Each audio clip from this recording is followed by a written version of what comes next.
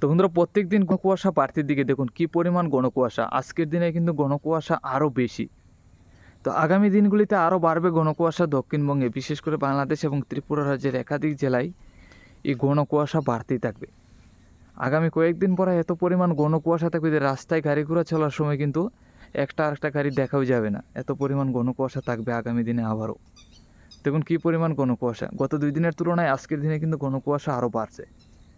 তো আগামী দিনে আগামী 11 তারিখ পর্যন্ত এই ঘন কুয়াশা বাড়তির দিকেই থাকবে। তারপর হয়তো আস্তে আস্তে দক্ষিণবঙ্গে ঘন কুয়াশাটা কিছু কমবে, কারণ তাপমাত্রাটা ঊর্ধ্বমুখী হওয়ার সম্ভাবনা আছে। বঙ্গোপসাগরে একটা ঘূর্ণাবর্ত তৈরি হচ্ছে, আবারও নিম্নচাপ পশ্চিমবঙ্গের দিকে এগিয়ে আসবে উড়িষ্যা হয়ে, যার কারণে তাপমাত্রাটা রাতের দিকে ঊর্ধ্বমুখী হবে। তারপরে হয়তো এই ঘন কুয়াশাটা কিছু কমতে পারে। দেখুন কী পরিমাণ ঘন কুয়াশা আগামী দিনে। আমার মনে হয় আগামী দিনগুলিতে এই ঘন কুয়াশাটা দিনভরই থাকবে, সারাদিনই ঘন কুয়াশা থাকবে। দুপুরের তাপমাত্রাটা কমতে পারে, অতিরিক্ত ঘন কুয়াশা আমরা যেটা দেখতে পাচ্ছি। আগামী দিনগুলিতে এই ঘন কুয়াশা আরও বাড়বে দক্ষিণবঙ্গে। আগামী 10 তারিখ থেকে 11 তারিখ পর্যন্ত ঘন কুয়াশা বাড়তির দিকেই থাকবে, তারপর আস্তে আস্তে আরও কমতে পারে।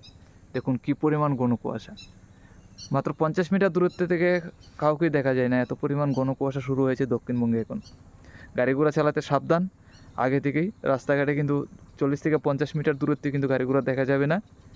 তো যত সম্ভব হেডলাইট জ্বালিয়ে চালানোর চেষ্টা করুন, কারণ হেডলাইট জ্বালিয়ে চালানোর চেষ্টা করলে হয়তো গাড়ি না দেখলেও হেডলাইটের আলোটা দেখা যেতে পারে।